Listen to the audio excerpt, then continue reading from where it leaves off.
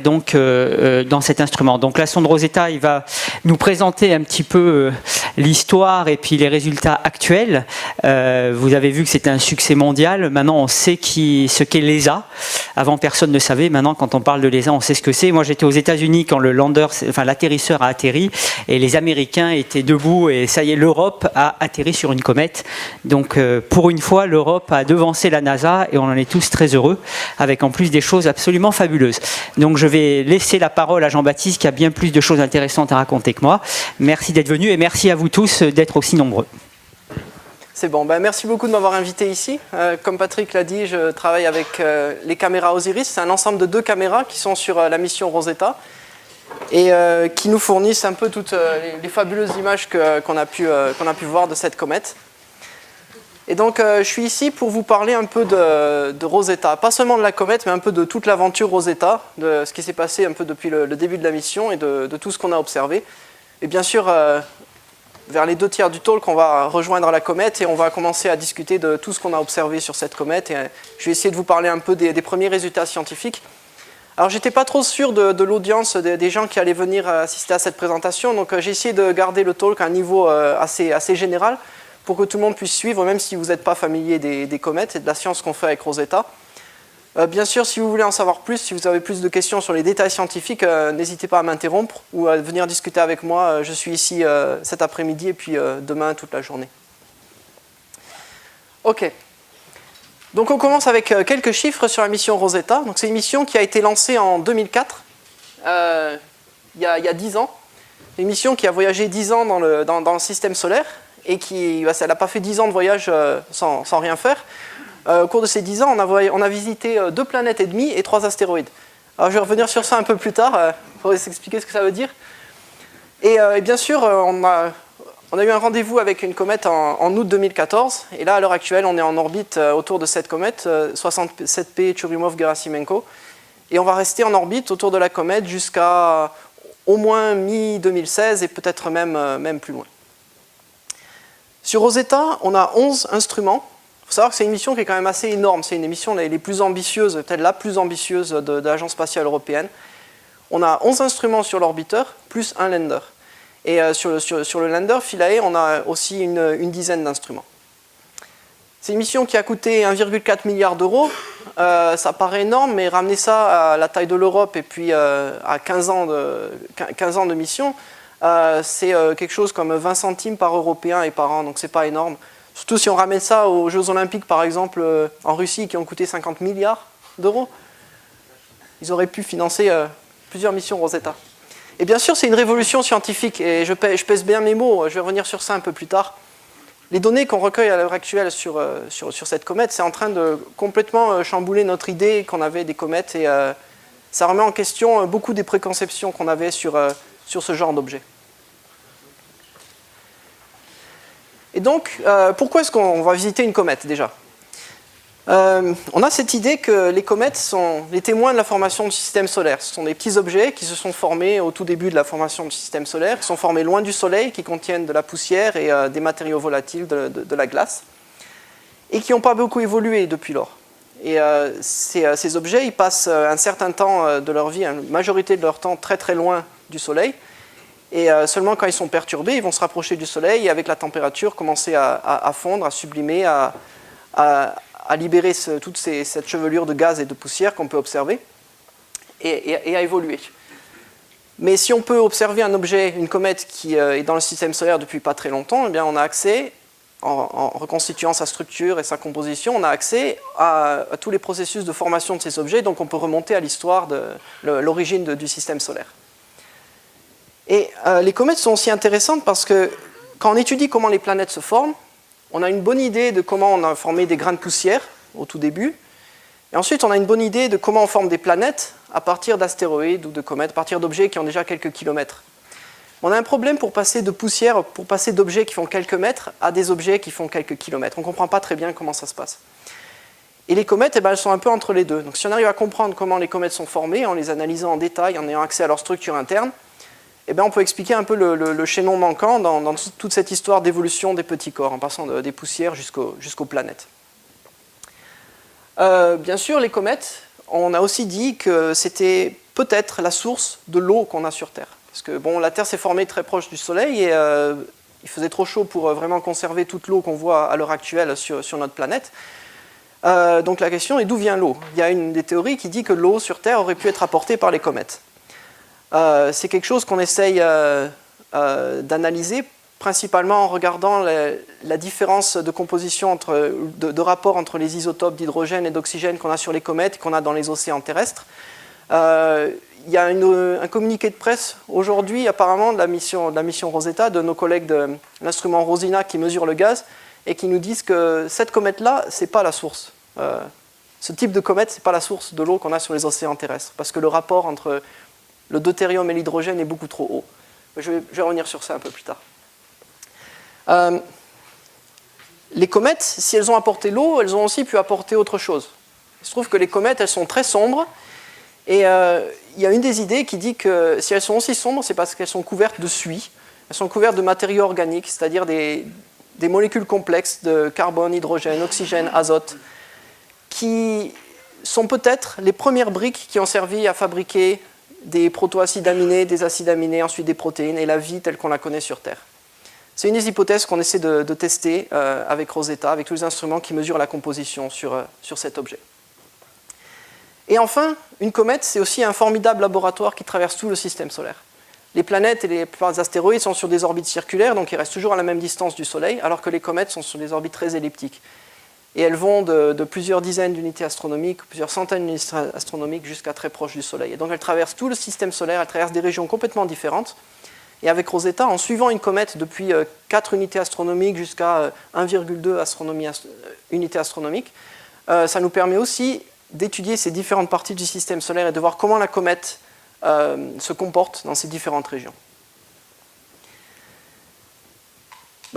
Revenons un peu sur les premières images in situ d'une comète. C'est des images qui ont été prises il y a une trentaine d'années par la sonde Giotto, qui a été la première sonde à ramener des images in situ d'un noyau cométaire. Elle a visité la comète de Halley. Où est-ce que j'ai le pointeur laser? Voilà. Elle a visité la comète de Halley et ramené ces images fantastiques. Et alors, une des grosses surprises avec cette comète, c'est que la surface est très sombre. On a quelque chose comme 4% d'albédo, donc ça veut dire qu'elle réfléchit que 4% de la lumière solaire qu'elle reçoit. On savait que les comètes, c'est des sortes de boules de glace et de poussière, et donc quand elles se rapprochent du Soleil, elles subliment, elles relâchent, la glace se transforme en gaz et s'échappe de la comète. On pensait que cette glace était distribuée un peu partout sur la surface. Le problème, c'est que ce n'est pas le cas ici. On voit que cette comète est très sombre, on voit que l'activité est très localisée. On a moins de 10% de la surface qui est active. Il n'y a pas de glace en surface. Et toute l'activité, on voit, c'est ces sortes de jets de gaz et de poussière qui s'échappent un peu partout du noyau de la comète, mais toujours depuis des régions qui sont très localisées. C'est quelque chose qu'on a observé sur la comète de Halley il y a 30 ans, et 30 ans plus tard, on ne comprend toujours pas vraiment ce qui forme ces jets. C'est d'ailleurs un de mes sujets de recherche principaux. Donc ça, c'était une mission européenne. Après cette mission, on a visité en gros 5 comètes. La comète un peu loin a été visitée 2 fois. Donc on avait la mission européenne Giotto, et ensuite on a eu des missions américaines qui ont visité les comètes Ville 2, Temple 1, Borrelly et Hartley 2. Et toutes ces comètes, elles partagent plus ou moins les mêmes caractéristiques. Elles ont des noyaux qui sont très sombres, une activité qui est très localisée. Alors je ne sais pas si on voit ça clairement ici sur l'écran, mais il y a des sortes de petits jets de poussière ici. On voit ça très bien sur la comète Borrelly, on voit ça sur la comète Hartley 2, des jets de poussière et de glace. Au niveau de la morphologie de surface, les comètes se ressemblent quand même beaucoup. Vous avez des régions rugueuses et des régions qui sont plus lisses. On voit ça aussi sur Temple 1. On a des régions très rugueuses ici qui sont peut-être la source de ces jets de poussière qu'on observe. Et on a des régions qui sont complètement lisses. Alors bien sûr, chaque comète a ses propres spécificités. Il y en a qui ont un peu plus de glace, il y en a qui ont un peu plus de poussière. L'activité n'est pas distribuée de la même façon. Mais en gros, elles se ressemblent quand même beaucoup. Et ça nous pose un problème, parce que même si toutes ces missions, elles ont eu un grand succès et elles nous ont amené énormément d'informations, il y a quand même des grandes questions auxquelles on ne peut toujours pas répondre. Par exemple, les comètes, elles ont une densité qui est très très faible, genre 500 kg par mètre cube. Elles pourraient flotter sur nos océans. qu'est-ce que ça veut dire sur la structure interne du noyau? Est-ce qu'on a quelque chose avec de la microporosité, c'est-à-dire des tout petits trous, un assemblage de poussières qui sont pas très bien attachées ensemble, un peu partout dans le noyau? Ou est-ce qu'au contraire, on a une croûte très solide et on a des gros trous à l'intérieur du noyau? En fonction de ces scénarios, ça a des conséquences complètement différentes sur la façon dont on a formé ces objets au départ. Et par exemple, sur la vitesse de collision entre les petits cométésimaux, les premiers objets qui se sont rentrés dedans et agglomérés pour créer les comètes qu'on voit. Ça, c'est quelque chose qu'on ne sait pas très bien. Beaucoup des comètes qu'on a observées sont des systèmes binaires. On a vu ça sur Hartley 2, on a vu ça sur Borrelly. À la comète de Halley, on ne le voit pas très bien sur cette image, mais c'est aussi un système binaire. Il y a une autre comète que je n'ai pas ici, c'est la comète Tuttle qui a été observée au radar et qui a aussi une forme complètement binaire. Est-ce que c'est parce qu'on a deux objets qui sont collés l'un à l'autre, ou est-ce que c'est parce qu'on a un objet, mais il y a eu beaucoup plus d'érosion sur une région principale, et après quelques milliers d'années, on voit seulement quelque chose qui ressemble à deux lobes? On ne sait pas. Ça aussi, ça a des conséquences sur les processus de formation. On sait que l'activité est très localisée sur tous ces objets, ce qui implique des différences assez importantes en termes de composition, de structure, de propriétés physiques de la surface, une grande hétérogénéité. Et quelque chose qu'on ne comprend pas vraiment. Enfin, si la comète est formée de petits grains de poussière qui se sont tous agglomérés ensemble et de glace, pourquoi est-ce qu'on aurait des différences si grandes de composition d'un côté à l'autre du noyau? Les comètes, surtout quand elles sont proches du périhélion, elles émettent des tonnes d'eau par seconde. Mais il n'y a pas de glace en surface. On n'a jamais observé de glace à la surface d'une comète. Des fois, près du terminateur, sur le côté matin du noyau, on voit des dépôts qui ressemblent un peu à de la glace, mais c'est des mesures indirectes. On ne voit pas vraiment de glace en surface. Mais la glace, elle est forcément quelque part, puisqu'on voit toute cette eau dans la chevelure de la comète. D'ailleurs, en parlant d'eau, cette eau des comètes, elle n'est pas forcément compatible avec l'eau terrestre. Pour certaines comètes, c'est vrai, et pour d'autres, non. Donc, est-ce que les comètes sont la source de l'eau sur Terre? On ne sait toujours pas. Et enfin, il y a le problème des matériaux organiques, toutes ces substances noires qui couvrent les comètes, qui est noire comme du charbon et qui s'apparentent un peu à de la suie à partir des premières mesures qu'on a. On a du mal à vraiment comprendre comment ça s'est formé. Et toutes ces questions, elles sont vraiment fondamentales si on veut remonter à l'origine du système solaire et aux conditions de formation de tous ces objets. Mais c'est difficile d'y répondre si on se contente de survoler une comète. Donc la seule façon de répondre à ça, c'est de rester à côté de la comète pour plusieurs mois et de suivre son évolution et de voir ce qui change sur la surface et de mesurer la composition et si possible atterrir et faire des mesures in situ, parce que c'est encore plus important. Et donc ça, c'est le concept de la mission Rosetta. Alors, Rosetta, vous avez sûrement déjà dû voir cette image, c'est quand même un vaisseau assez gros. La sonde en elle-même fait... La sonde en elle-même fait environ 2 mètres, c'est un cube de 2 mètres par 2 mètres par 2 mètres, avec des panneaux solaires de 15 mètres de chaque côté, donc c'est en gros 32 mètres. On a des panneaux solaires géants parce qu'on va être capable d'opérer à 4 unités astronomiques du Soleil, donc 4 fois la distance Terre-Soleil. Et en Europe, on n'utilise pas de propulsion nucléaire. On n'a pas de plutonium pour produire l'électricité dont on a besoin pour faire fonctionner tous les instruments. Donc on a dû développer des panneaux solaires très très efficaces pour être capable d'opérer aussi loin du Soleil. Bien sûr, ça pose des problèmes maintenant au niveau opérationnel parce que, vous imaginez, on est en train de voler dans un environnement qui est assez agressif, avec énormément de gaz et de poussière autour de la comète, et on se balade avec des voiles géantes de 15 mètres de long. Ça peut poser un problème, surtout quand on va se rapprocher du périhélion. Et comme je vous l'ai dit avant, on a 11 instruments sur Rosetta, plus un lander avec 10 instruments dessus. Quelques détails sur les instruments. Ici, vous avez le spectre électromagnétique et vous avez un peu les longueurs d'onde qui sont analysées par tous les instruments sur Rosetta. Et donc, ce n'est pas seulement des images. Vous voyez qu'on couvre une large fraction du spectre. On a des mesures qui vont des rayons X jusqu'au radar, aux ondes radio. Moi, je travaille avec Osiris, donc on est dans le visible, on déborde un peu sur l'infrarouge et sur l'ultraviolet. Vous avez Alice qui observe en ultraviolet, Virtis et Miro en infrarouge, et Concert qui fait de la tomographie avec des ondes radio, donc qui essaie de regarder à l'intérieur du noyau, de reconstruire la structure interne. Donc ça, c'est au niveau du domaine spectral. dans le domaine spatial, les missions précédentes, elles avaient toutes plus ou moins la même résolution, environ 10 mètres par pixel sur leurs images. Nous, avec Osiris, on va jusqu'à 10 cm par pixel, mais il y a des instruments sur le lander qui vont à 1 mm, et vous avez ces instruments-là, Cosima et Midas, qui sont des appareils qui collectent des grains de poussière sur l'orbiteur et qui ont des microscopes pour les analyser. Donc Cosima, c'est un microscope normal qui regarde dans le visible, qui va jusqu'à 10 microns. Et Midas, c'est un microscope à force atomique qui va jusqu'à 0,1 micron et qui est capable d'analyser la structure détaillée de tout petits grains de poussière. Donc on va visiter une comète, mais on observe la comète à toutes les échelles. On va du kilomètre jusqu'au dixième de micron pour essayer de comprendre de quoi la comète est faite. On a aussi des instruments in situ qui mesurent la composition du gaz, la pression, la température sur la comète, qui font des chromatographies du gaz pour séparer le gaz en différents éléments et analyser toutes les molécules qui sont à l'intérieur de ce gaz. Vous avez des compteurs de grains de poussière qui mesurent les impacts sur le vaisseau et sur le lander. Vous avez des sismomètres qui mesurent les vibrations sur la surface, tout ça pour essayer de reconstruire la structure interne.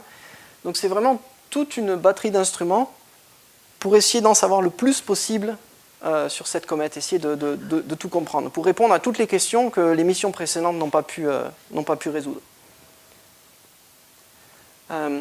C'est un peu un problème avec les missions européennes d'ailleurs, parce qu'en général, vous avez les missions américaines qui sont des missions un peu plus petites, avec moins d'instruments, mais c'est des missions qui sont moins chères et ils peuvent en lancer 4 ou 5, alors que nous, il nous faut 10 ans pour avoir une grosse mission. C'est un peu une approche différente, mais les deux sont très complémentaires. Alors comment rejoindre une comète? Le problème, c'est comme je vous l'ai dit, on ne veut pas faire un survol. On veut suivre la comète pendant toute son orbite. Ça veut dire qu'il faut qu'on se mette sur la même orbite qu'elle. Et c'est assez compliqué, surtout quand on a une orbite très elliptique comme ça. Et donc, il nous a fallu 10 ans pour rejoindre la comète, avec une orbite très complexe qui a survolé plusieurs fois la Terre, Mars, 2 astéroïdes. Et bien sûr, on ne voulait pas rester 10 ans sans rien faire.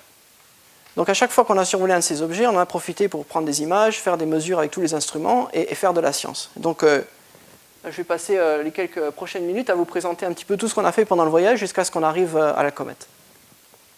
Et donc on commence en 2004 avec le décollage, avec la fusée Ariane 5 depuis Kourou, et un premier survol de la Terre.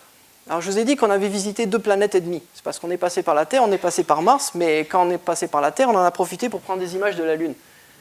Vous avez une image ici, on a actuellement beaucoup d'images de la Lune qui peuvent être utilisées, qu'on a utilisées pour calibrer nos instruments, pour tester le pointage du vaisseau, mais aussi pour faire de la science. En 2007, donc après ce premier survol de la Terre, on va sur Mars. Alors je ne vais pas faire de la pub pour notre caméra, mais quand même, cette image de Mars, c'est l'image à plus haute résolution que vous pouvez avoir dans laquelle Mars rentre dans un seul champ de vue. Bien sûr, avec les vaisseaux qui sont en orbite autour de Mars, c'est dans des images à plus haute résolution. Mais si vous voulez une image de la planète où toute la planète rentre dans le champ de vue, celle-là, c'est la plus haute résolution. Est-ce qu'il y a des Martiens ici dans la salle? Est-ce qu'il y a des gens qui travaillent sur Mars? Ce cratère-là, c'est le cratère Gale. C'est là où le robot Curiosity a atterri l'an dernier. Non, il y a 2 ans. Il y a 2 ans. Bien sûr, on a profité pour tester la caméra sur le lander aussi. Donc ça, c'est une photo qui est prise depuis le lander, qui est attaché à l'orbiteur. Vous voyez un des panneaux solaires de Rosetta, et vous avez Mars derrière. J'adore cette photo. Vu qu'on était autour de Mars, on en a profité, on avait ajusté l'orbite de façon à pouvoir aussi prendre des images de Phobos. Donc vous avez Phobos ici, vous avez l'ombre de Phobos ici sur la surface de Mars. Et vous avez des images de Phobos. Alors j'ai qu'une image ici, mais on a observé Phobos, on a différents angles de vue. Et en fait, on a été capable de prendre des images en couleur de Phobos sur une région qui n'avait pas pu être observée. Parce qu'à cause de l'orbite de Phobos et de l'orbite des vaisseaux qui sont autour de Mars, ils voient Phobos toujours plus ou moins sous le même angle. Et donc nous, on a pu observer une région qui n'avait pas encore été observée. Donc ça, c'est le premier astéroïde, si on peut appeler Phobos un astéroïde, parce qu'on n'est pas vraiment sûr. C'est le premier astéroïde qui a été observé par Rosetta. En 2007, deuxième survol de la Terre et très belles images de la Lune. Et on se retrouve en direction de la ceinture d'astéroïdes, après le premier survol de la Terre. Et on passe près d'un tout petit objet qui s'appelle Steins. qui a un diamètre d'environ 5 km, qui a une forme très particulière en forme de diamant. Et c'est une forme typique, si on en croit certains modèles, qui dit que certains objets, leur rotation est accélérée par un effet qui s'appelle l'effet Yorp, et ils vont tourner de plus en plus vite jusqu'à ce que la force centrifuge déforme l'objet, parce que c'est un objet c'est un rubble pile, c'est-à-dire un agrégat de matériel qui n'est pas très bien attaché ensemble et qui peut se déformer sous l'effet de la force centrifuge, qui est plus importante que la gravité parfois. Et vous avez du matériel qui peut se déplacer des pôles vers l'équateur et qui peut former cette espèce de cette forme de diamant qu'on observe. Si vous voulez en savoir plus, vous pouvez discuter avec Patrick Michel, qui est un des experts sur ce genre de sujet. Après Steins, on est revenu une dernière fois sur la Terre. Cette fois-ci, on a pris à nouveau des images, et encore des images de la Terre et de la Lune, surtout pour la calibration de nos instruments. Là, c'est l'Antarctique, ici. Et on se retrouve sur la trajectoire finale qui va nous amener à la comète. Mais en chemin, on croise un autre astéroïde, le troisième astéroïde qu'on visite. Et là, c'est un objet complètement différent. C'est plus un petit truc de 5 km, c'est un gros objet qui fait 120 km de long, le long de cet axe ici, et environ 100 comme ça, et 75 sur le troisième axe. C'est un objet qui est assez intéressant parce que Lutetia, ça a une densité beaucoup plus haute que d'autres objets qu'on connaît dans la ceinture d'astéroïdes, et ça nous laisse penser que Lutetia est peut-être différencié. Peut-être pas complètement, il y a peut-être certaines régions qui sont un peu plus denses que d'autres, qui contiennent plus de fer. C'est aussi possible que Lutetia soit un fragment d'une planète ou d'un objet beaucoup plus gros avant qui a été différencié. Il y a énormément de choses qui se passent sur la surface. On n'a toujours pas fini d'analyser toutes les données qu'on a récoltées de Lutetia. J'ai passé 2 ans à compter tous les cratères et à analyser leur morphologie. Il y a des choses très bizarres qui se passent. On a tout un tas de flots granulaires. On a des avalanches qui se produisent sur Lutetia qui créent ce genre de... On ne le voit plus ici. Il y en a une ici très proche du pôle Nord, où vous voyez tout un flot de matériel qui est parti de ce cratère-là et qui est descendu au fond d'un cratère un peu plus gros.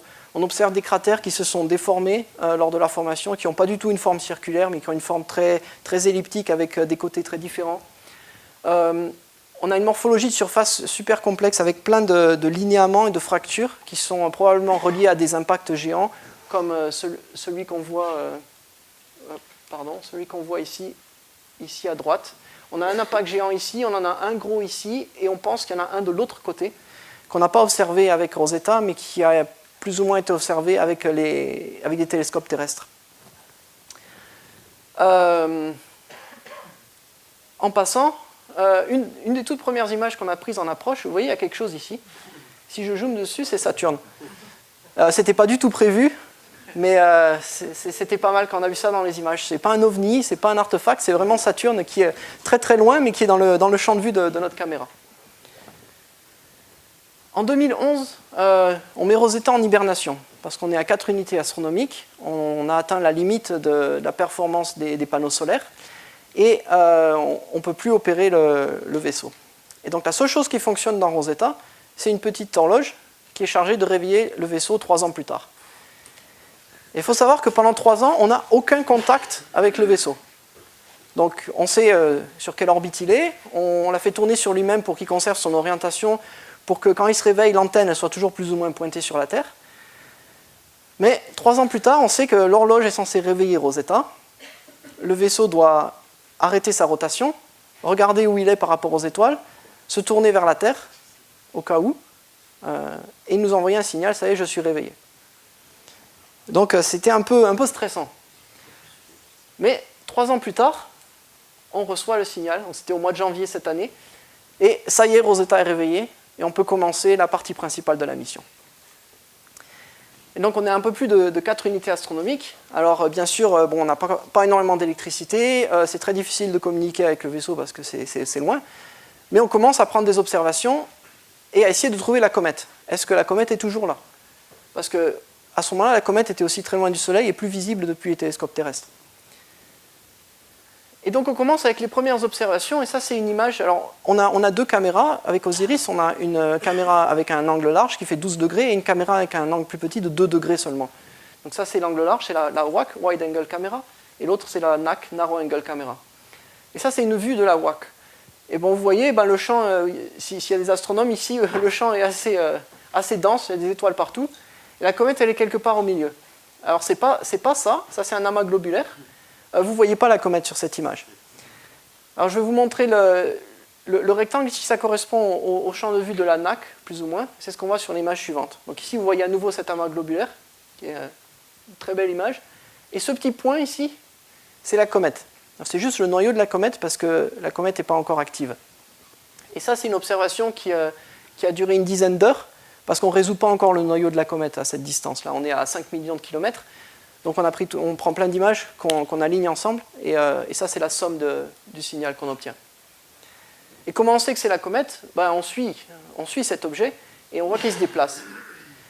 Et petit à petit, quand on va de 5 à 2 millions de kilomètres, vous voyez, la comète elle commence à développer de l'activité. Vous voyez, regardez les dernières images.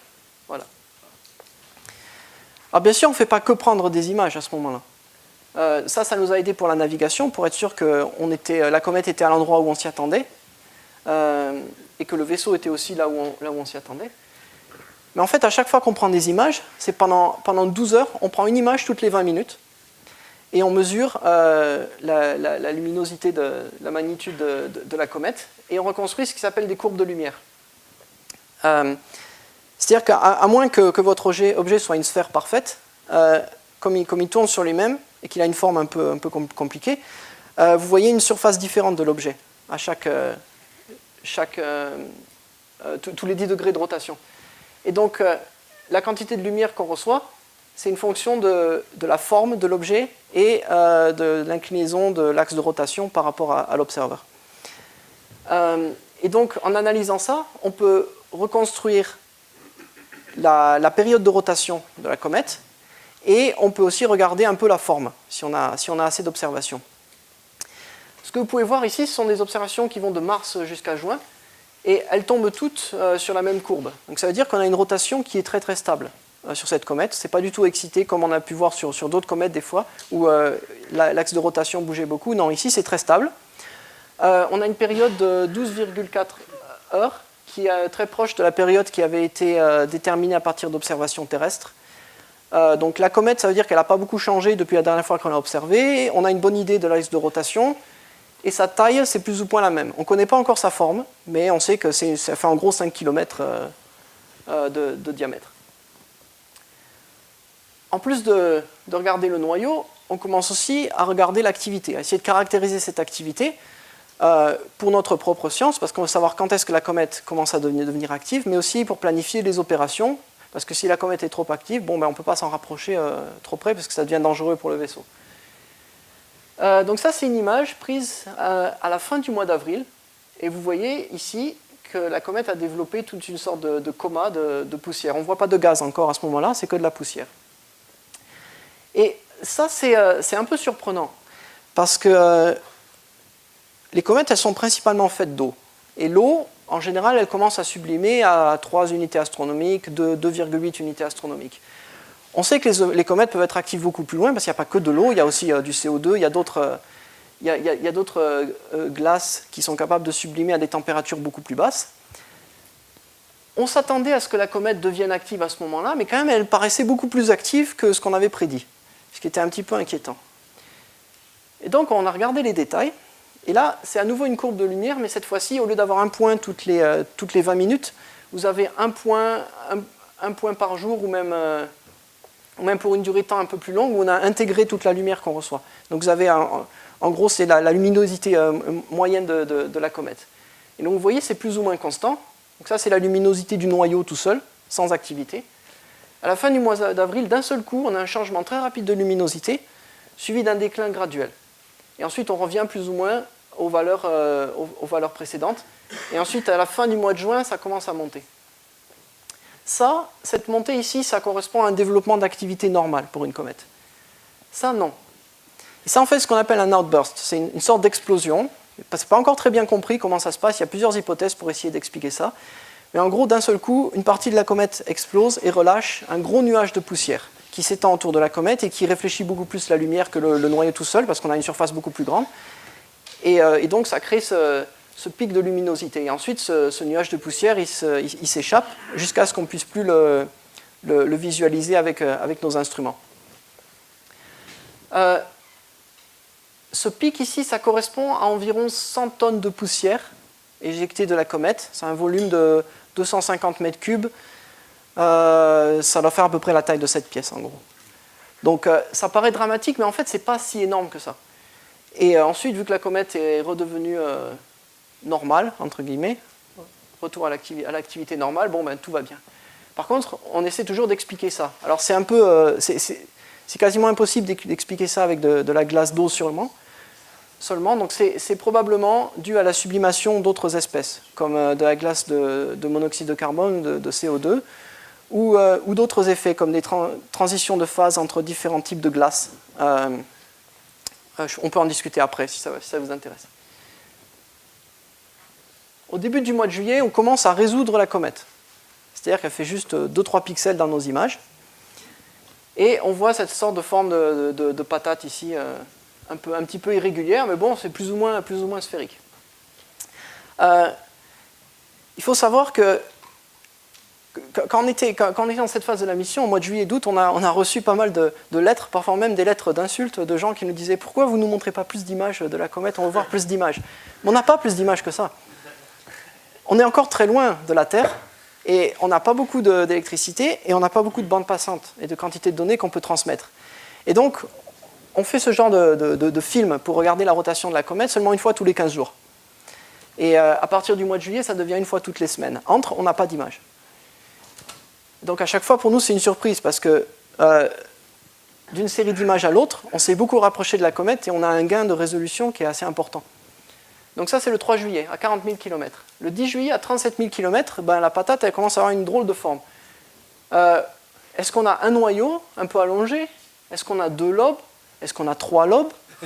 Commence à se poser beaucoup de questions dans l'équipe. Et les gens du lander commencent à paniquer un petit peu.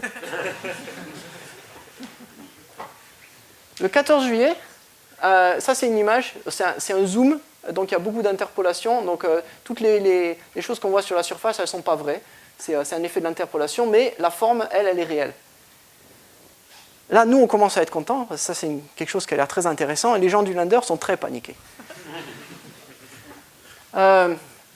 Donc vous voyez, on a 2 lobes, des gens qui commencent à dire que ça ressemble à un canard de bain, un petit peu. Et c'est resté. Donc on continue à appeler ça la tête de la comète, le corps de la comète et le cou de la comète entre les deux. C'est un moyen assez pratique de décrire ce qu'on voit.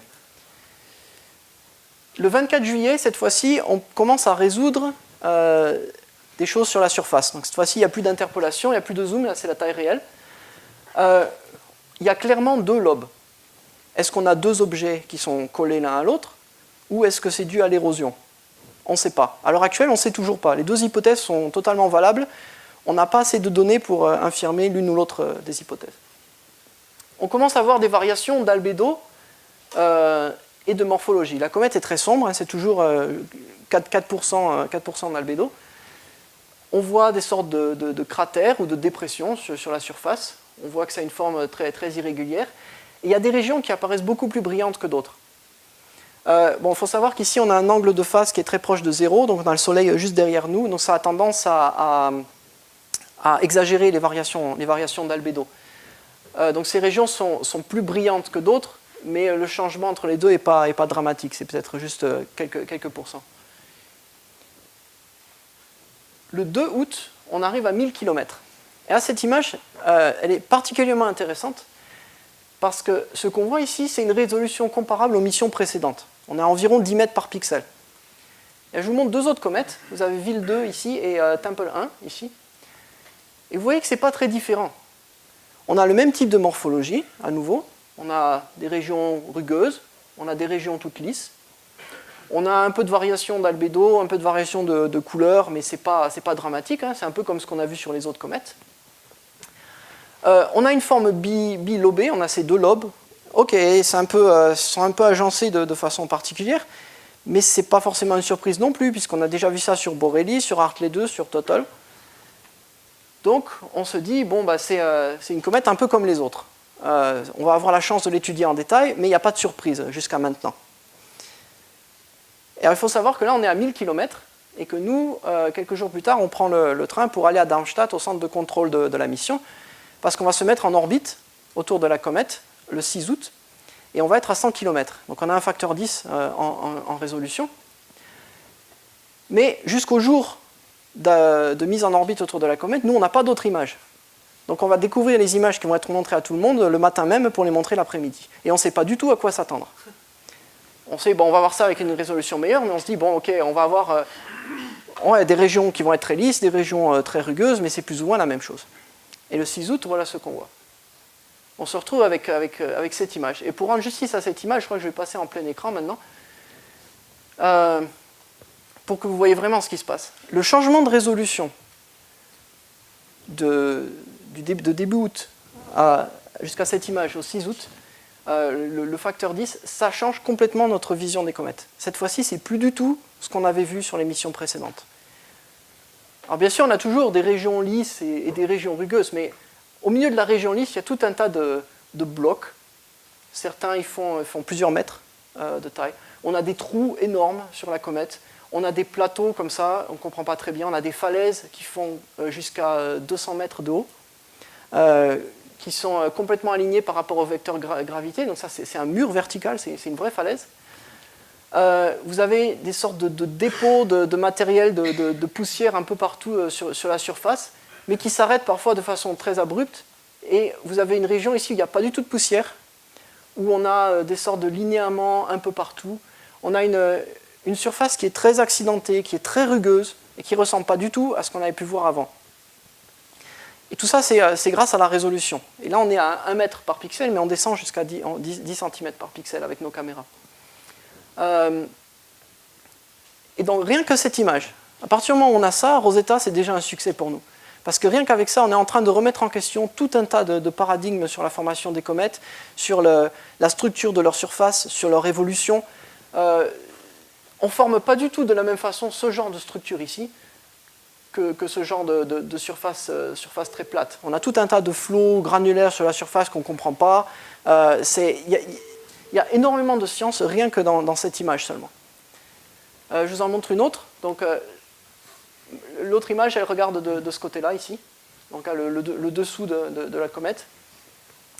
Et vous voyez ici, à nouveau, on a une région lisse qui transitionne dans une région plus rugueuse où on a des sortes de cratères. Enfin, j'appelle ça cratères, c'est des dépressions circulaires, disons, parce qu'on ne sait pas du tout si c'est des cratères reliés à des impacts. Probablement non, c'est plutôt relié à des processus d'évolution de la comète avec des sortes de mini-explosions et du gaz et de la poussière qui s'échappent du sol.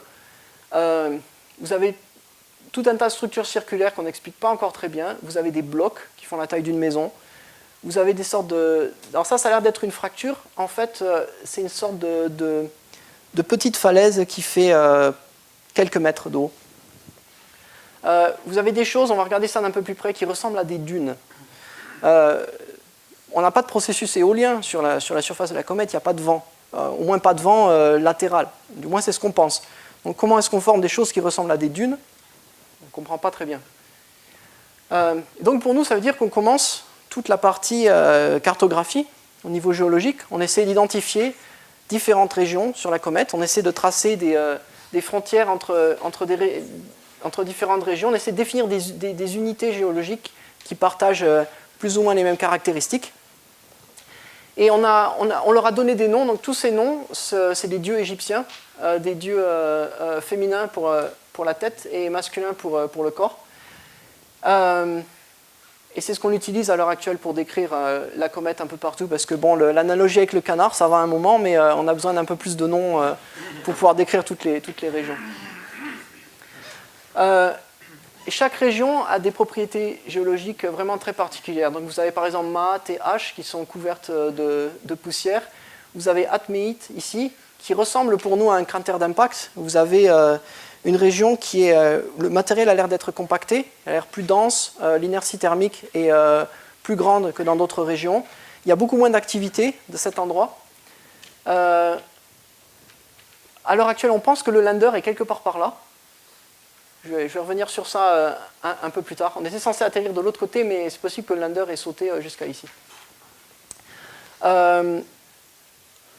Et bien sûr, faire toute cette cartographie géologique, ça pose pas mal de problèmes parce que on est sur une comète et la physique, la formation de ce qu'on voit sur la comète, c'est complètement différent de ce qu'on voit sur une planète où il y a de la gravité, où on a des roches.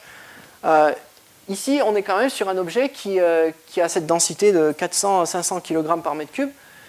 On a du mal à expliquer ces objets. Donc tout ça, ça ressemble à des rochers, par exemple, mais ce n'est pas des rochers. On ne sait pas vraiment ce que c'est encore à l'heure actuelle. Ils ont une forme très bizarre, ils sont fracturés. On est obligé d'inventer un nouveau vocabulaire pour essayer de décrire ce qu'on voit, parce que des fois, l'analogie avec ce qu'on fait en géologie terrestre ou martienne, par exemple, ça ne fonctionne plus. On va zoomer, par exemple, sur ce rocher ici. Celui-là, on l'a baptisé Khéops. C'est un de nos points de référence sur la comète. Et donc, vous voyez, rien que ce rocher, ce bloc lui-même, il y en a pour plusieurs mois d'analyse pour vraiment comprendre ce qui se passe ici. Donc, vous voyez, il est fragmenté, plus ou moins. Vous avez ces sortes de striations un peu partout. Il y a des variations d'albédo au sein d'un même bloc.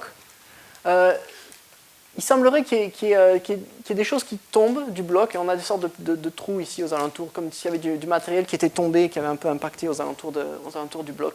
Vous avez ces dunes un peu, vous avez ces variations de topographie sur cette région qui a l'air très lisse. Ça ressemble à de la poussière, mais en fait, c'est peut-être pas vraiment de la poussière, c'est peut-être des blocs qui font quelques millimètres à quelques centimètres. Je vais vous montrer une autre image plus loin. L'échelle, ça, c'est 15 mètres, je crois. La résolution, ici, on est à 30 cm par pixel. Et donc, voilà, on a tout un tas de processus physiques qui créent ce genre de choses qu'on ne comprend pas très bien à l'heure actuelle. Et on ne sait pas, par exemple, si ce rocher, est-ce qu'il est tombé de quelque part, est-ce qu'il a été éjecté d'un autre endroit de la comète? Est-ce qu'il était là déjà et il est plus ou moins couvert par de la poussière? Ou est-ce qu'au contraire, il était enterré et il remonte à la surface? Ou alors il apparaît parce que toute la plaine autour est en train d'être érodée par l'activité? Il faut savoir que cette région, elle n'est pas active à l'heure actuelle. La plupart de l'activité, elle vient... Je vais vous montrer une autre image plus tard, mais elle vient du cou ici, du canard, de la région Hapi. On avait une idée de comment l'activité est distribuée sur la comète à partir d'analyses terrestres, avec des observations depuis le sol sur lesquelles on pouvait résoudre ces jets de poussière, mais à très grande échelle.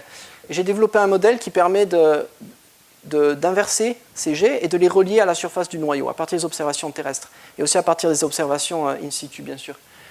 Donc si on regarde les observations terrestres, on savait qu'on avait une région active qui était proche du pôle Nord. Le pôle Nord est ici, et donc ça correspond à ça.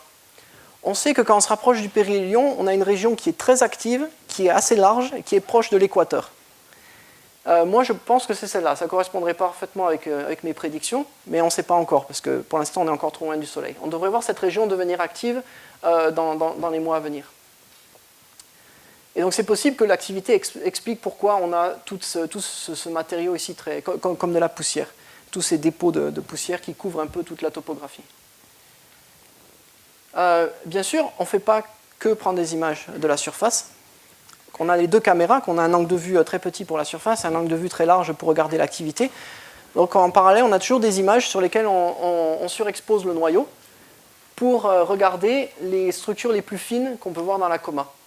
Donc vous avez de la poussière et du gaz un peu partout. Ça, c'est un artefact de la caméra, c'est une image fantôme, donc n'y prêtez pas attention. Mais ici, vous avez ce jet de poussière très fin qui semble venir de la nuque, la région de la nuque, donc la région qu'on appelle Hapi. Et ça correspond aussi au maximum d'émissions d'eau qui est détecté par des instruments comme Rosina qui mesure le gaz à l'intérieur de la coma, ou Miro qui est un instrument qui observe en millimètres et en sous-millimètres et qui aussi mesure la quantité de gaz tout autour de la comète. Donc on regarde ça à différentes échelles. Donc ici on est encore assez loin. Là on a une image beaucoup plus proche. Alors, je ne sais pas si c'est très clair sur l'écran, mais vous voyez qu'avant on avait un seul grand jet de poussière. Maintenant si on regarde les détails, on voit que ce jet de poussière il est fait de plein de petits. En fait on peut descendre jusqu'à la résolution des images. On trouve des jets de poussière qui font juste 1 ou 2 mètres de large. Et un des gros travaux qu'on fait à l'heure actuelle, c'est tracer tous ces jets sur la surface, à partir d'observations avec différents angles de vue, reconstituer la structure tridimensionnelle de ces jets de poussière. On les relie à certaines régions sur la surface et on regarde en détail les variations de morphologie, de composition, de propriétés physiques à cet endroit pour essayer de comprendre vraiment quel est le mécanisme qui crée ces jets. Parce que ça fait 30 ans qu'on voit ces trucs-là et on ne les comprend toujours pas. Maintenant, on veut vraiment mettre l'accent sur ça et essayer de comprendre pourquoi est-ce que l'activité elle est comme ça et pourquoi est-ce qu'on n'a pas juste du gaz qui est relâché d'un peu partout de façon gentille. Pourquoi on a ces gros jets qui sortent de cette région-là. Ça, c'était une image au mois de septembre. À l'heure actuelle, on commence à avoir de l'activité jusqu'ici et aussi sur la tête. En particulier, ici, on a une région où il y a 2 gros jets de poussière qui sont émis et qu'on essaie d'expliquer. Alors, il faut savoir que même si on a beaucoup d'images jusqu'à ce moment-là et qu'on a fait de la science, bien sûr, pour l'Agence spatiale européenne, on n'est pas encore dans la phase scientifique de la mission. On est ici seulement en phase opérationnelle et toutes les observations doivent être prises en support de l'atterrissage. C'est-à-dire qu'on n'a pas de contrôle sur le pointage, on n'a pas de contrôle complètement sur la quantité de données qu'on peut transmettre. On veut cartographier la surface et choisir le meilleur site d'atterrissage.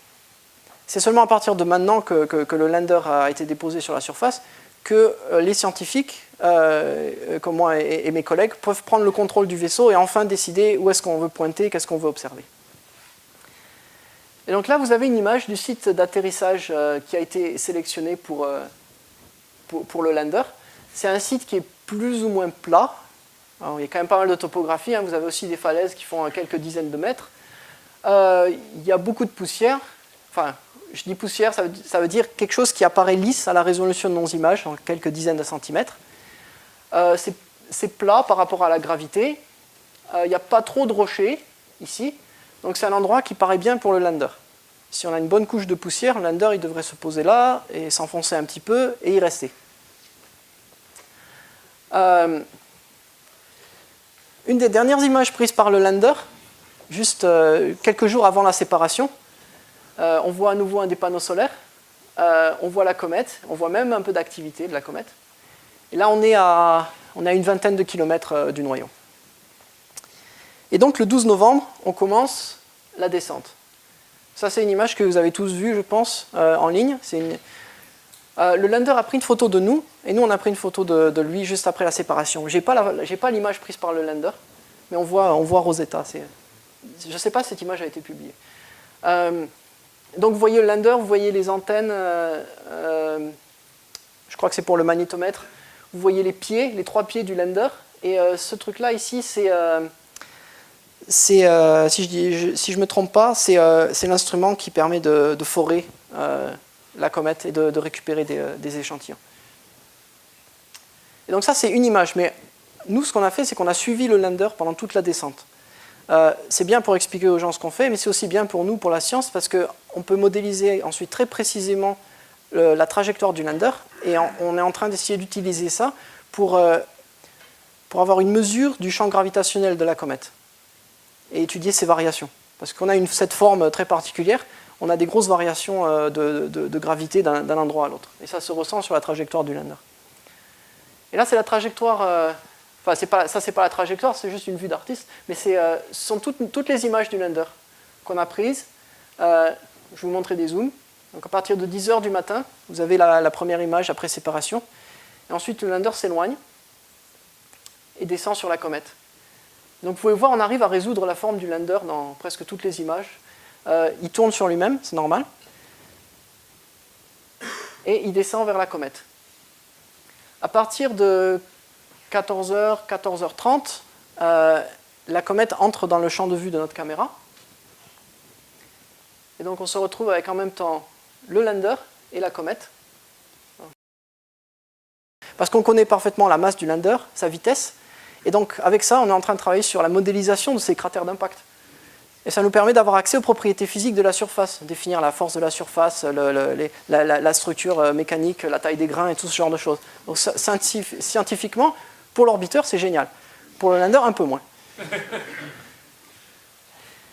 Et donc, comme je vous l'ai dit, maintenant que le lander est posé quelque part, on rentre dans la phase scientifique de la mission. Ça veut dire qu'à partir de maintenant, c'est nous qui prenons le contrôle du vaisseau, plus ou moins. on a plus de flexibilité sur les orbites qu'on peut faire. Donc on va plus être... Là, on était dans des orbites circulaires, on va rester dans les orbites circulaires jusqu'à début janvier. Ensuite, on passe sur toute une série de flyby, où on va jusqu'à 8 km de la surface, peut-être même un peu plus près, et ensuite on repart à 200 km. Et donc ça va nous permettre... ces survols, ils sont ciblés sur des régions particulières, donc on peut observer l'activité de très loin, avoir tous ces jets de poussière à différentes échelles. Et si on est sûr qu'une région est particulièrement active, on va s'en rapprocher le plus près possible et l'analyser en détail.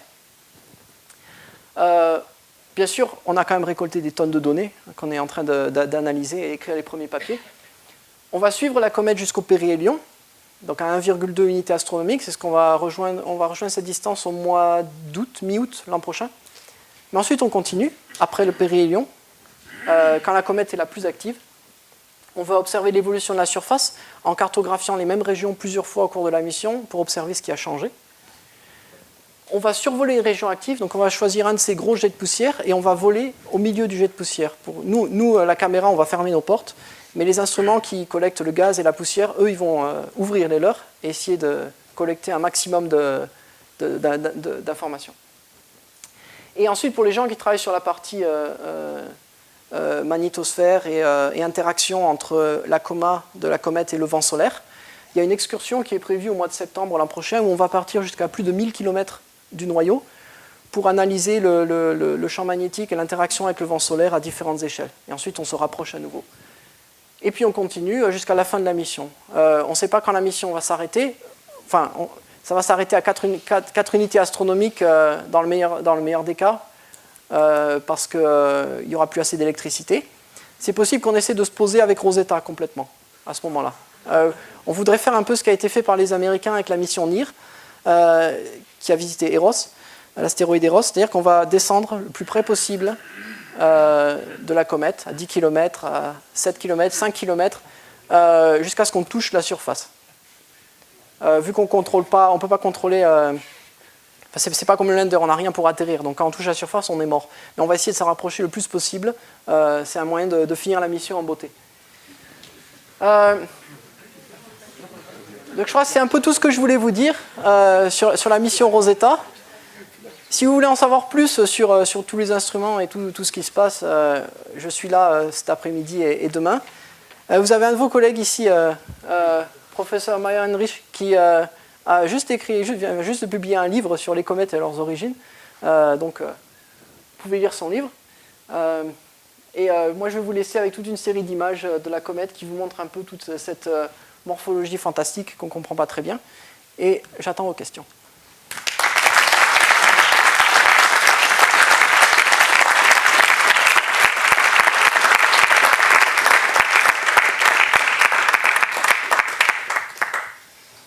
Merci Jean-Baptiste. On va prendre des questions. Une chose que je voulais dire, pour les doctorants, vous avez une feuille à signer, comme quoi vous êtes venu là, et je le dis à la fin, comme ça je suis sûr que vous êtes restés jusqu'à la fin. S'il y a des questions dans la salle, n'hésitez pas, il n'y a pas de questions stupides, il n'y a que des réponses stupides. Paolo? On sait que tous les instruments de Philae ont opéré, comme tu as dit.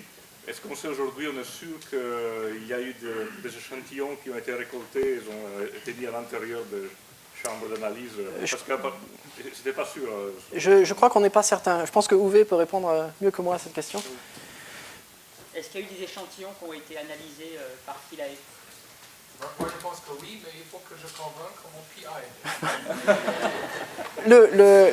La foreuse a fonctionné, a récolté quelque chose, mais on ne sait pas s'il y a des échantillons qui ont été transmis aux instruments.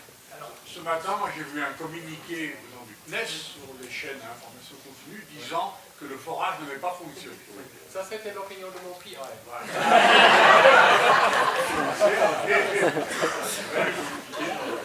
C'est possible.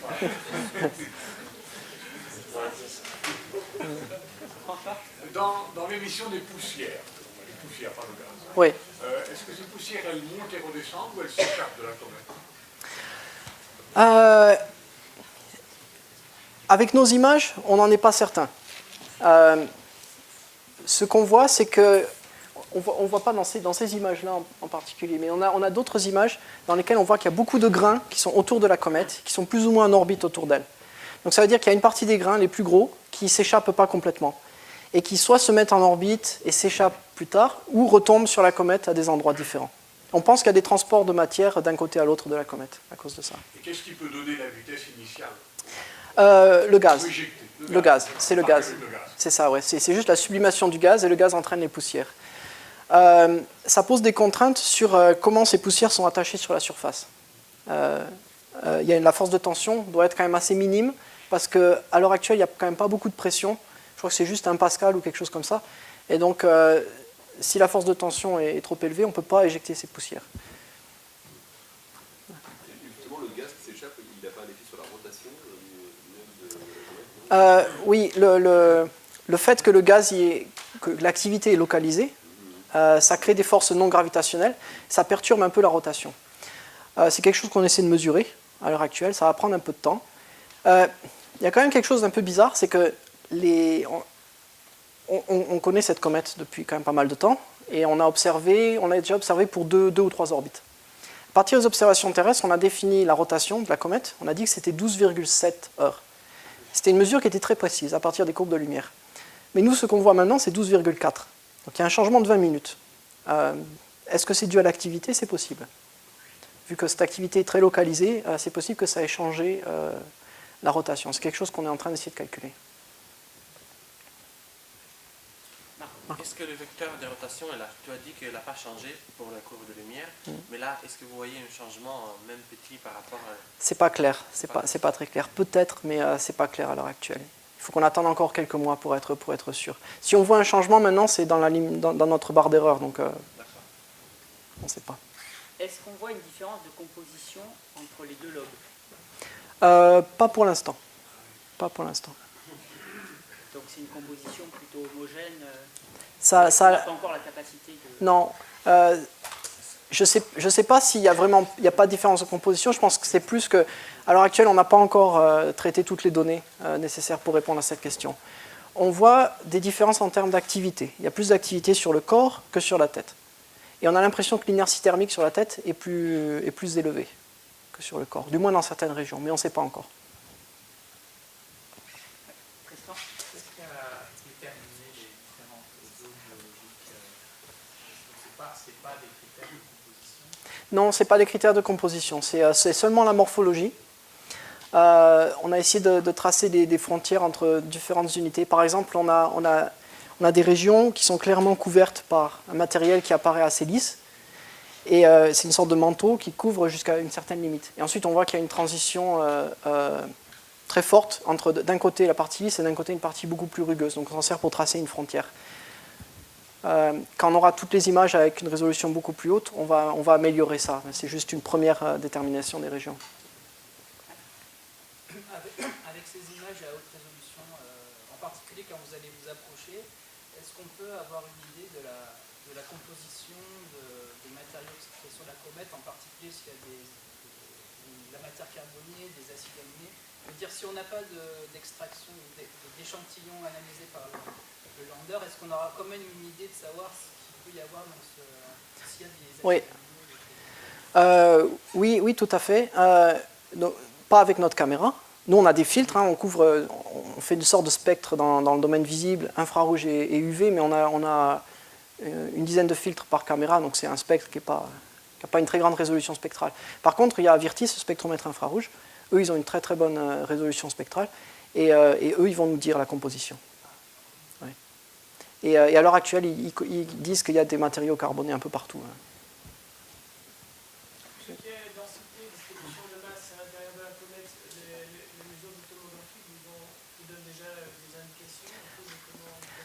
Pas encore. Le problème avec les mesures tomographiques, c'est que ça nécessite une communication entre les deux éléments de l'instrument CONCERT, un qui est sur Rosetta et un qui est sur Philae. Et c'est quelque chose qui se fait sur le long terme, parce qu'il faut plusieurs orbites pour mesurer la transmission des ondes radio à travers le noyau dans différentes directions. Et ils n'ont eu qu'une seule orbite pour faire ça.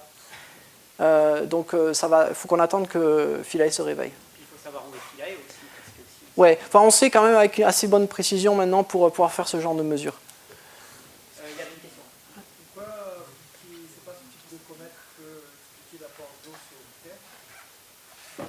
Pourquoi c'est pas Ah. ce type de comète qui peut éviter l'apport d'eau sur Terre. On regarde, pour ça, on regarde la différence entre différents isotopes, différentes versions d'un même atome, en particulier le rapport entre le deutérium et l'hydrogène.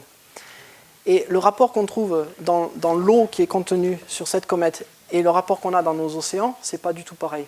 Alors je ne connais pas le chiffre, je sais qu'il y a un communiqué de presse aujourd'hui, mais je ne l'ai pas lu. Je crois que c'est 3, et peut-être même plus que ça. Donc ils regardent ça sur l'oxygène et le deutérium, mais aussi sur l'oxygène 18 et l'oxygène 16 et d'autres isotopes. Comment est-ce qu'on explique que les réserves d'eau, entre guillemets, sont à l'intérieur, elles sont protégées par la suie, enfin par la... L'idée, c'est que pour avoir de la glace en surface, il faut une comète qui est vraiment très très fraîche, qui vient d'être formée. À partir du moment où elle s'approche une fois du Soleil, toute cette glace-là, elle disparaît. Et on n'a plus que de la poussière qui reste, ou des matériaux organiques. Et puis la glace, elle est sous la surface. À quelle profondeur, on ne sait pas. C'est un peu compliqué. Ça dépend du type de glace, ça dépend de la température, la distance à laquelle du Soleil on se rapproche. Est-ce que vous avez déjà un modèle de forme complet Oui. de tout l'objet? Parce que c'est que Presque. Le web n'a pas la partie... On a un modèle qui est presque complet. Sur une de ces images, vous pouvez voir le côté sombre de la comète, et on voit la coma derrière. Donc on peut tracer la silhouette. Donc on est en train d'utiliser ça pour finir le modèle de forme, mais on a l'impression que la partie qui manque, c'est quelque chose comme 10% seulement du volume complet. Donc on a un modèle qui est quasiment complet maintenant. Le fait que Philae soit touché le sol et ça rebondir et soit retombé sur ses pieds. Oui. Est-ce que c'est une circonstance qu'on peut considérer chanceuse ou est-ce que c'est normal en microgravité? J'ai jamais joué au golf en microgravité, je n'ai pas l'intuition qui peut se passer. Est-ce que c'est une chance ou pas? Je ne sais pas si c'est que de la chance ou si c'est aussi dû au fait qu'on a une roue à l'intérieur de Philae qui est censée qui tourne pour maintenir l'orientation. Un gyroscope, ouais. Après, Philae est quand même retombé sur ses pieds, mais un peu comme ça aussi. On n'est pas sûr qu'il soit sur les 3 pieds. On a l'impression qu'il est que sur deux pieds. Sur Terre, ce qui peut se passer quand ça Ouais. retombe, que ça retombe, que les 3 pieds soient suffisamment bien posés quand ça tombe dessus. Ouais, il y a de la chance. Il y a aussi le fait qu'on avait ce gyroscope. Il s'est arrêté juste après le premier, la première fois qu'on a touché le sol, mais suffisamment tard pour que Philae ait conservé son orientation. Ensuite, c'est possible qu'en chemin, Philae ait touché le sol à nouveau plusieurs fois, et ça expliquerait pourquoi on est maintenant dans une orientation bizarre. D'après ce que j'ai entendu, on a pu mesurer le coefficient de restitution, c'est-à-dire la différence de vitesse entre l'impact et le rebond, et c'était 0,35. Ouais. Qu'on peut comparer avec la même chose qui s'est produite, parce qu'en fait, Rosetta et Hayabusa, qui est la mission japonaise, ils ont subi un peu la même chose, sauf que pour Hayabusa, c'était le satellite qui n'était pas censé être le lander. Ouais. Et lui aussi, il a rebondi, et il a rebondi, le coefficient de restitution était de 0,84. Donc ça confirme le fait que la surface d'une comète est beaucoup plus poreuse, et absorbe plus d'énergie. Oui et non, parce qu'il y avait aussi tout un système pour amortir le choc. Ah oui, d'accord. Et qui était censé amortir 80% du choc, qui a fonctionné. Si on tient compte de ça, Et si on tient compte de ça, je ne me souviens pas du chiffre pour le coefficient de restitution. On a absorbé une bonne partie de l'énergie du choc, quand même. Et on sait pourquoi ça ne s'est pas accroché, il fallait répondre, là, ça n'a pas marché, on a une raison. Non. Il y avait 2 systèmes. Il y avait un propulseur qui était censé plaquer Philae au sol et il n'y avait plus de gaz, ça ne marchait pas. Pour les harpons, on ne sait pas. On sait que le signal a été envoyé, que les harpons auraient dû être lancés, mais ils n'ont pas été lancés. Paolo, tu as une question? L'existence de cette croûte plutôt rigide, de quelque sorte, et le fait qu'il y a des jets collimatés Ouais. n'indique pas que peut-être il y a des fissures à travers lesquelles se fait une éjection à partir d'une couche plus profonde? On pourrait l'interpréter comme ça, mais on ne voit pas les fissures. D'accord. Là où les jets ils partent? Voilà, on n'a pas de fissures. Il y a un endroit sur la comète, il y a une sorte de fracture du sol, mais on ne voit pas de jet qui s'échappe de cet endroit en particulier. Oui, toutes ces structures circulaires qui ressemblent à des cratères, Ouais. chevauchés, un peu dégradés, donc on se dit c'est probablement pas des cratères. Et pourquoi? Et d'autre côté, où sont les cratères? Parce que c'est une comète qui a vécu des milliards d'années dans la zone de Kuiper. imaginons sa surface a été complètement ravagée quand elle a pénétré à l'intérieur du système solaire pour la première fois, mais depuis elle se balade depuis des milliers d'années en traversant la ceinture des astéroïdes, ça aussi il pas Je suis d'accord. Maintenant, on a quand même une orbite qui est assez elliptique et qui est assez inclinée par rapport à la ceinture d'astéroïdes. On peut calculer, on peut faire des statistiques et essayer de calculer combien de cratères on devrait voir sur la surface de la comète. En général, pour une comète comme celle-là, une comète de la famille des comètes de Jupiter, on estime qu'environ 4-5% des structures circulaires qu'on voit sont reliées à des impacts. Plus que ça, c'est difficile à expliquer parce que ça ne colle plus avec la quantité d'impacteurs ou de projectiles qu'on aurait qui pourraient impacter la comète. Donc il faut trouver une autre explication. Et l'idée qu'on a à l'heure actuelle, c'est que toutes ces formes circulaires, c'est des sortes d'effondrement de la surface. Vous avez une sublimation des glaces en dessous de la surface qui crée une sorte de cavité et ensuite ça s'effondre. Ça se passe donc d'un calcul qui donne une différence d'un ordre de grandeur Voilà, entre le nombre de voilà, cratères attendus et le nombre de c'est ça. cratères. C'est ça. Par contre, on pense que certaines de ces dépressions sont des cratères d'impact, oui. Après, comme ils évoluent beaucoup avec l'activité, c'est difficile de reconnaître qu'est-ce qui est un cratère d'impact et qu'est-ce qui est autre chose. Il y a quand même une très forte érosion de la surface et une modification continue. Donc peut-être les cratères ils sont érodés. Oui. Peux-tu... Ah oui, bien sûr. Peux-tu quantifier ça? C'est Ouais. 10 cm par orbite? Quelques mètres par orbite. Quelques mètres par orbite, mais c'est peut-être très localisé. Donc c'est possible qu'on ait une dizaine de mètres à un endroit. Par exemple, sur Temple 1, je crois qu'ils sont allés jusqu'à 40 mètres dans une région particulière, mais rien à d'autres endroits. Pas d'érosion du tout. C'est vraiment très localisé en fonction de l'activité. Ce qu'on a, c'est surtout des images noir et blanc. Est-ce qu'il y a des images couleurs qui ont été réalisées ou pas? Ah ouais, ça c'est une question qu'on a souvent.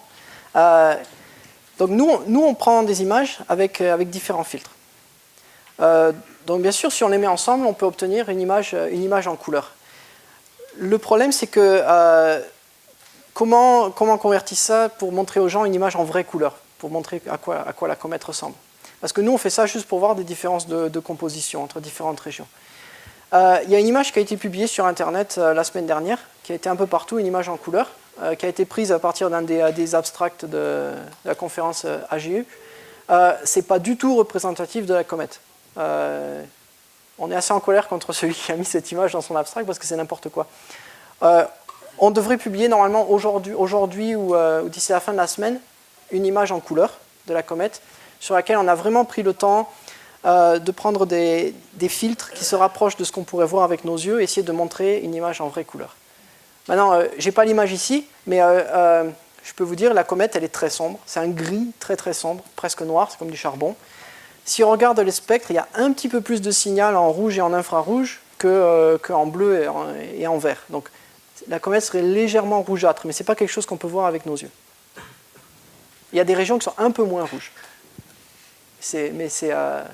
En gros, c'est très très gris. C'est gris très sombre. Oui, j'ai mon fils qui est au CP qui m'avait posé une question, mais si je suis sur la comète et que je saute, je monte jusqu'à combien? Wow, ça c'est une très bonne question. Je sais pas. Ouais, c'est ça. Ouais. C'est. La vitesse d'échappement, c'est entre 50 et 1 mètre, en 50 cm et 1 mètre par seconde, donc c'est. Ouais, en gros, il partira en orbite, quoi. Même il partirait dans... Ouais, il ne resterait pas attaché sur la comète, il partirait loin. C'est pas une bonne idée. Hein. Ouais.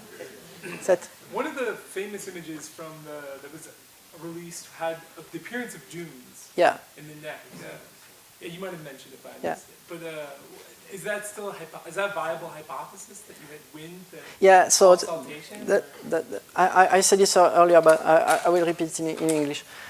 Donc c'est l'histoire des dunes. That we call them dunes, yeah, for lack of a better word, because dunes imply aeolian processes, wind, lateral wind on the surface, and that's not something we expect. So the gas is expanding radially, it's going away from the surface, and it's not supposed to go horizontally, unless you have some strange things, because you have a kind of cavity somewhere that can focus the gas flow, but even on the neck region, it's not enough. So they look like dunes, but they are probably not dunes. But we don't understand yet. Moi j'ai une question sur la matière organique, parce que pour faire le lien avec l'émergence de la vie et voir Ouais. si ça contient, est-ce qu'on aura la résolution nécessaire avec les instruments in situ pour caractériser la structure de cette matière? C'est-à-dire on peut l'identifier, mais est-ce qu'on peut en caractériser la structure et faire un lien avec ce qu'on appellerait des éléments prébiotiques Qu'est-ce que tu veux dire par structure? C'est-à-dire, est-ce que, par exemple, l'histoire de chiralité Ouais, normalement, oui. Par exemple, l'instrument COSAC, un des chromatographes, ils peuvent mesurer la chiralité des molécules. Savoir si elles sont lévogées ou dextrogées, et voir si elles ressemblent aux molécules qu'on a dans les acides aminés terrestres. C'est un des gros projets de COSAC. D'autres questions? Toutes ces analyses de matériaux, elles sont possibles uniquement si on réussit à forer ou est-ce que Sur le lander, oui. Sur l'orbiteur, on a des instruments qui collectent le gaz et la poussière et qui les analysent à l'intérieur de Rosetta. Et ceux-là, ils fonctionnent déjà, ils ont collecté énormément de poussière, donc ils peuvent commencer une première analyse. Par contre, pour la partie matériaux organiques, je crois que c'est vraiment le lander et ça dépend de s'ils arrivent à forer ou pas dans quelques mois. Francis Local nous disait il y a 2 jours qu'en fait la collecte des poussières à l'orbite ne marche pas très bien parce que les poussières sont trop grosses. Non, c'est pas vrai. Non, je crois que Cosima, ils en sont déjà à quelque chose comme 200 ou 2000 grains. C'est énorme, ils ont des grains de toutes les tailles. Avec leur microscope, ils peuvent voir la morphologie des grains. Giada, c'est un instrument italien qui mesure la vitesse des particules. Ils ont aussi collecté énormément de particules. Le seul qui a quelques soucis, c'est Midas, instrument avec le microscope à force atomique, qui mesure les grains les plus petits. Et celui-là, il a peut-être des problèmes parce que les grains sont trop gros. Mais la semaine prochaine, à l'AGU, il va présenter les images des premiers grains qu'ils ont collectés. Donc pour l'instant, ça va. Est-ce qu'il y a un effet thermique entre la partie éclairée et les sons? Il y a une sorte de température qu'on peut mesurer ça Oui. Oui. Je n'ai pas les valeurs en tête, c'est Virti, c'est Miro qui mesure ça. Mais ouais, ils voient des différences de température. Ils voient aussi les différences de température quand la partie, la région happy, la nuque, elle rentre dans l'ombre de la tête. Ça peut avoir des effets mécaniques ou ça peut avoir des effets mécaniques. Le gradient de température, ça peut fragmenter des rochers, par exemple. C'est ce que fait Marco. Si on a des rochers, ça dépend aussi des propriétés mécaniques des objets qu'on a là, sur la surface et on ne connaît pas très bien. Je pense qu'ils ont mesuré autour de 4 degrés par minute Ouais. la chute de température. Et sur Terre, on a besoin de 2 degrés par minute pour briser les roches. Ouais, Oui, oui. ouais, c'est très rapide. Mais c'est froid. Ouais. Ça c'était en septembre, je pense. C'est 220 Kelvin, Oui, oui. donc c'est moins 50 degrés Celsius. ça devrait être d'autant plus important que ça se rapproche de C'est ça. Quand même, le problème, c'est que toute la région qu'on voit maintenant, au pérhélion, ne sera pas illuminée. Elle sera dans la nuit complète. Ouais. Bien, pas d'autres... Ah. Allô? Oui. Ah oui. Ici Géosur. Oui, ici Nice. On a une petite question, enfin j'ai une petite question à propos d'un instrument, donc le sismomètre. On aurait aimé savoir ce qu'il en est, s'il a fonctionné, s'il a donné quelques résultats. Il a fonctionné, oui. Les résultats, je ne les connais pas encore. Je sais qu'ils ont mesuré le son de Philae qui touche le sol. Et ils sont en train d'analyser leurs données, mais j'en sais pas plus que ça. D'accord. Et quel type d'instrument s'agit-il? Je crois que c'est un piezo. Donc il mesure les variations de pression, les vibrations sur la surface. C'est une sonde acoustique. Il y a Rosetta qui est en train d'appeler. Une dernière question, parce que je crois qu'après, il y a le restaurant qui va appeler. Merci beaucoup. De rien. Merci. De rien. Pour faire une analyse de matière, il faut absolument forer. Non. Quelles sont les données qu'on utilise?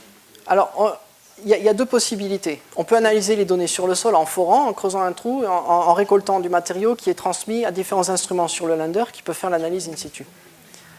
Maintenant, on a une partie du matériel cométaire qui est éjectée par l'activité. Et nous, on ramasse ça avec Rosetta, et on a des instruments sur Rosetta qui mesurent ces grains de poussière ou de matériaux organiques et de gaz, et qui analysent ça à l'intérieur de Rosetta.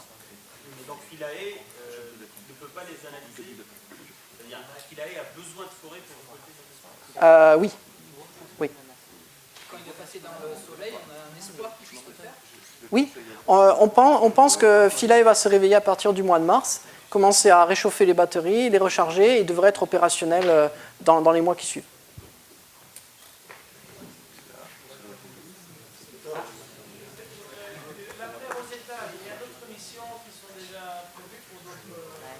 Pour d'autres comètes, pas pour l'instant. Il y a des missions qui sont en cours de discussion. Il y a des proposals pour les différentes agences spatiales. Il n'y a rien de sélectionné pour l'instant. Donc il y a différents projets, mais il n'y a rien de sûr. Le fait qu'on ait des panneaux solaires à la place d'une batterie nucléaire, là, Ouais. c'est lié à la techno d'il y a 15 ans ou c'est un choix vraiment de... C'est un choix politique. C'est un choix politique, ouais. Ils ont un peu peur que la fusée explose au décollage, quoi, et envoie du plutonium partout en Guyane. Non, et je pense que ça nous limite un peu, parce que d'après ce que j'ai compris, le plutonium dans ces batteries, il est à l'intérieur de... Enfin, je sais pas, il est enrobé dans une sorte d'un autre matériel, je ne sais pas ce que c'est. Et même en cas d'explosion de la fusée au décollage, ça ne devrait quand même pas polluer partout. Voilà, c'est encasé dans une protection qui n'est pas soluble dans l'eau. Donc en gros, ça va émettre des radiations, mais juste autour des quelques mètres où ces objets sont tombés, c'est tout. Je pense que ça limite quand même beaucoup l'Europe sur ce qu'on peut faire, parce que ça veut dire qu'on ne peut pas aller au-delà de Jupiter avec des panneaux solaires. C'est la limite.